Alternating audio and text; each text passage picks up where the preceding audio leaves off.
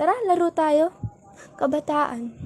Tagu-taguan, maliwanag ang buwan, munti kong tula, inyong pakinggan. Ito'y patungkol sa kabataan na inakalan ng pag-asa ng bayan.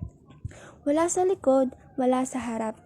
Ano ang kabataan sa hinaharap? Handa na ba kayong malaman ng totoo? Pagbilang ng 10, malalaman na ninyo. 1, 2, 3. Tara pre, ML tayo. 1, 2, 3. Tara manigarilyo. 1, 2, 3. Nakahit-hit na ako. 1, 2, 3. Tara, inom tayo. Mga kabataang nakikiuso, mga kabataang lulong sa bisyo, mga kabataang imbis dalay libro, ang palaging hawak ay sigarilyo. 4, 5, 6. Wala nang ibang gawin. 4, 5, 6. Gadgets magdamag pindutin. 4, 5, 6.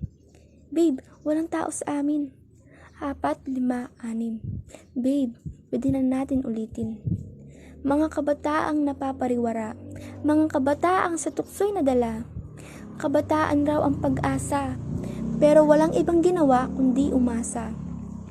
7, 8, 9. Nasirang kinabukasan. 7, 8, 9. Ngayoy pinagsisihan.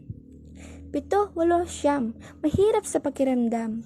7, 8, 9. Ibalik nyo ako sa nakaraan na wala pa akong alam. Totoo nga ang kasabihan, ang pagsisisi nasa hulihan, na dapat naman sa unahan, dahil kung sa huli, baka wala ka nang maabutan. Ngunit hindi ko naman nilahat. Ang nais ko lang kabata ay mamulat. Ang buhay natin ay parang aklat. Tayo ang gumagawa ng sariling kwento at pamagat. Hindi ko tatapusin ang bilang ng 10, dahil hindi ako ang magdidikta ng kinabukasan nyo.